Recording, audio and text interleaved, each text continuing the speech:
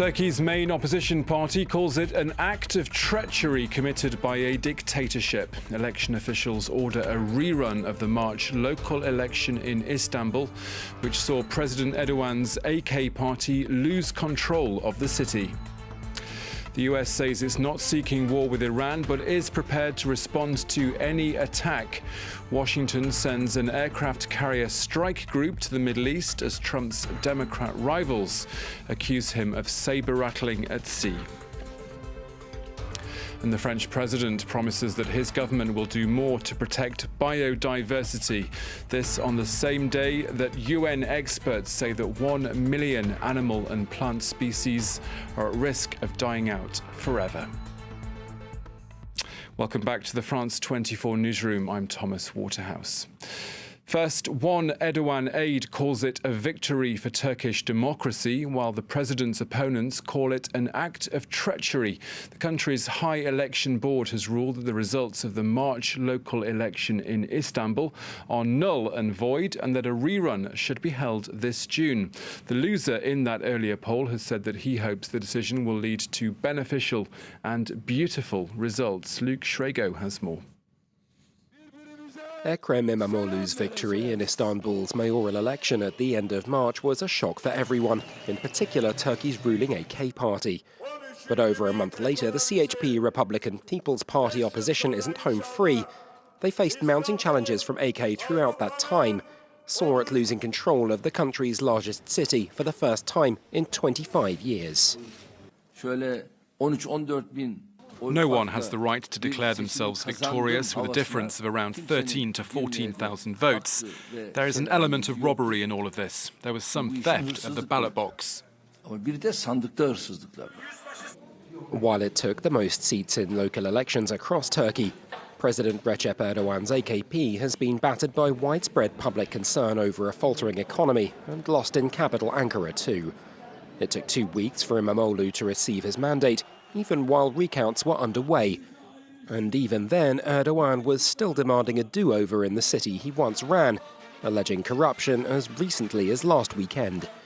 Prosecutors haven't been idle either, calling in dozens of polling station workers for questioning, and ultimately alleging many of them were linked to Fethullah Gulen, a longtime Erdogan adversary Ankara blames for the 2016 failed coup against him. That left Turkey's highest electoral body, the YSK, announcing the annulment of İmamoğlu's mandate, with a new election to go ahead on June 23rd. Well, we can listen now to what the man who bagged control of Istanbul in March has been telling crowds of his supporters this Monday. They might have pushed for and obtained a decision to win 40 to 45 days to cover their dirt. But let me tell you, we will rip back our right with a smile on our face, as well as hope, love, and respect. In other world news, it's been described by Iranian officials as being a clumsy use of an out-of-date event for psychological warfare. The US has deployed an aircraft carrier strike group to unspecified waters in the Middle East in response to indications of a credible threat and provocations by the Islamic Republic's forces. Yena Lee brings you more. A show of force. U.S. National Security Advisor John Bolton has announced that Washington is deploying an aircraft carrier and a bomber task force in order to send a message to Iran. Any attack on United States interests or on those of our allies will be met with unrelenting force. The United States is not seeking war with the Iranian regime, but we are fully prepared to respond to any attack, whether by proxy, the Islamic Revolutionary Guard Corps, or regular Iranian forces. Bolton said there has been a number of troubling warnings without specifying the details. Iran and the US have diverging interests in several ongoing conflicts, namely in Syria, Iraq and Gaza. The Trump administration has increased pressure on the Iranian government. Last month, Washington designated Iran's Revolutionary Guard as a terrorist group. It was the first time the US named a part of another country's government as terrorists. Since last year, the US reimposed sanctions on Iran's oil, banking and shipping industries, Trump recently reminded other countries that they too will face sanctions if they continue to buy Iranian oil, attempting to isolate the country even further after withdrawing from the Iran nuclear deal in May 2018. Meanwhile, as the one-year anniversary of Washington's exit from the 2015 deal draws closer, Iran's official news agency IRIB reported that Tehran will announce a partial restart of its halted nuclear program, while underlining the country's commitment to the agreement itself. Donald Trump's former lawyer is settling into his cell in Otisville Jail in New York State, where he'll spend the next 3 years. Michael Cohen pleaded guilty in August last year to bank fraud, tax evasion and violating campaign finance law. This for arranging hush money payments to 2 women who claimed they'd had sexual encounters with the president. But the man who once said he'd take a bullet for Trump now calls him a con man.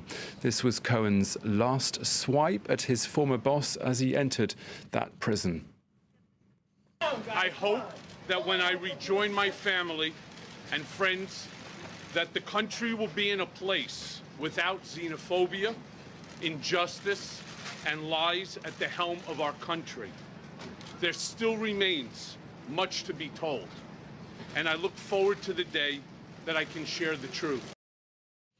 Moving on, Qatar has pledged $480 million to support those living in the West Bank and across the Gaza Strip. That financing comes as several members of the Palestinian community began the holy month of Ramadan in mourning this Monday, following a weekend of tit-for-tat rocket fire and bombing raids with Israel. After 3 days of unrest, we've now seen a blanket of calm fall, with a ceasefire now in place along the Gaza border. Earlier, we spoke to Yossi Meckelberg, a professor in international relations at Regent's University. He had this to say about how the violence could eventually be brought to a halt.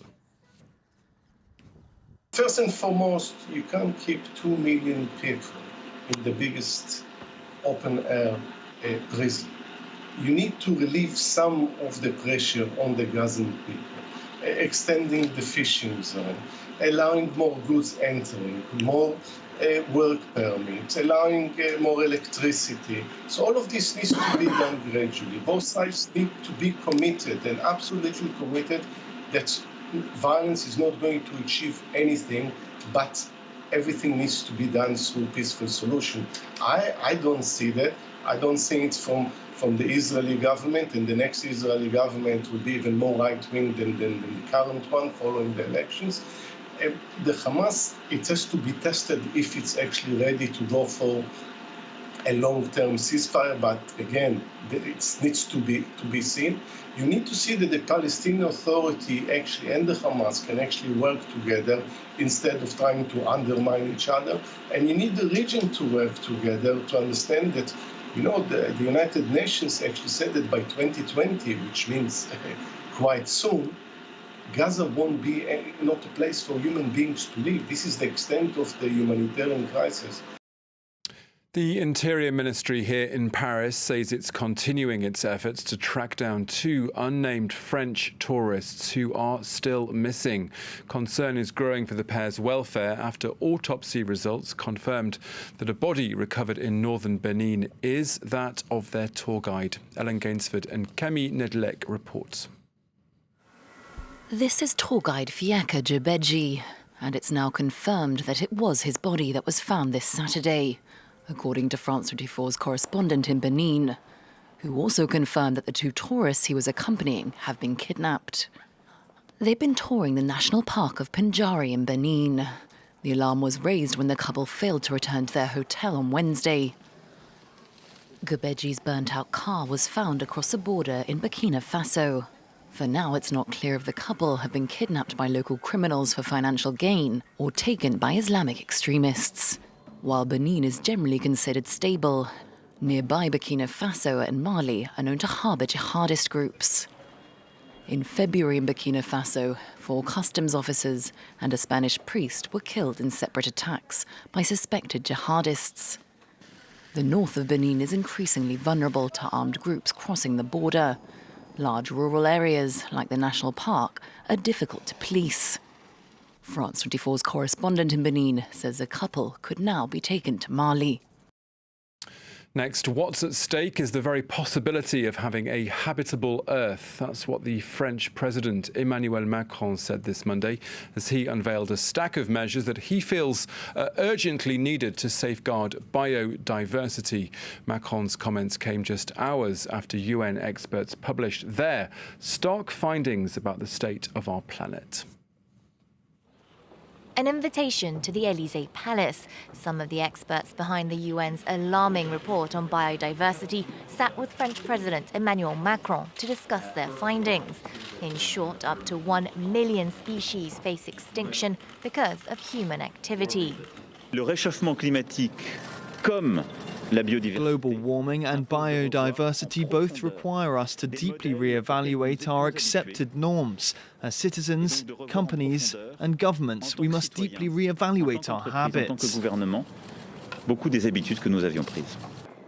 To boost the fight against extinction, Macron announced some of his government's goals to protect biodiversity.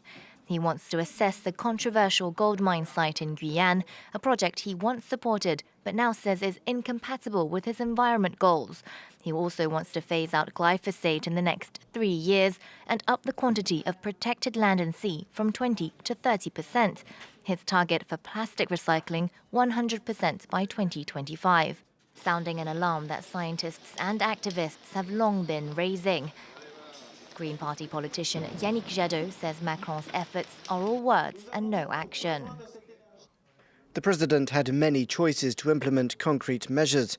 Stop the Strasbourg bypass, the Guyane gold mines, palm oil in Med. Instead of any of this, he has again settled for words. To finance his government's targets, Macron called for a review of fiscal and budgetary aid. Well, staying with French news, how did the company function and why did some employees kill themselves? Those are just some of the many questions that one Parisian judge wants to answer as the trial of former France Télécom executives got underway. Former CEO Didier Lombard and 6 other bosses are accused of unprecedented moral harassment, which the prosecution claims led to a string of staff suicides. Catherine Clifford picks up the story. Outside court, employees remember their late colleagues who took their own lives because of pressure at work. Everyone here recalls the atmosphere a decade ago at what was then called France Télécom. I had an interesting job, and then from one day to the next I found myself sorting papers. I arrived one morning after 40 years, and they said, "That's the end of it, you can leave." Being told to leave, just like that, it's something that's hard to take. This trial is unprecedented. It should be remarkable. It should firmly condemn management for its behavior. On this day in 2009, former President Didier Lombard was booed by employees. 3 years before, Lombard had launched a plan cutting 22,000 jobs without redundancy plans. Between 2008 and 2009, a total of 19 employees took their lives and 12 attempted suicide. Yves Monguy, an experienced executive, fell into depression. I was nominated for a prize for innovation. And then one morning I arrived and they told me to stop everything and sent me to answer the phones. So their game was to bring people down and humiliate them. The tribunal now has 2 months to decide whether the company deliberately used a policy of moral harassment as it sought to reduce staff. In France, it's a crime punishable by 1 year in prison and a €15,000 fine. And finally this hour, we head to the UK, where the champagne has been flowing following the birth of the latest royal. He doesn't have a name and he's yet to be shown off to the waiting world, but the Duke and Duchess of Sussex have nevertheless been busy celebrating the birth of their first child. Messages of congratulations have flooded in, with the Obamas among the latest to say that they are thrilled for Harry and Meghan. Let's listen now to what the proudest punch father had to say a little earlier. I'm very excited to announce that Meghan and myself had a baby boy early this morning, a very healthy boy. Mother and baby are doing incredibly well. It's been the most amazing experience I could ever possibly imagine. We're both absolutely thrilled and so grateful to all the love and support for everybody out there. That brings you up to date this hour. Do stay with us here on France 24.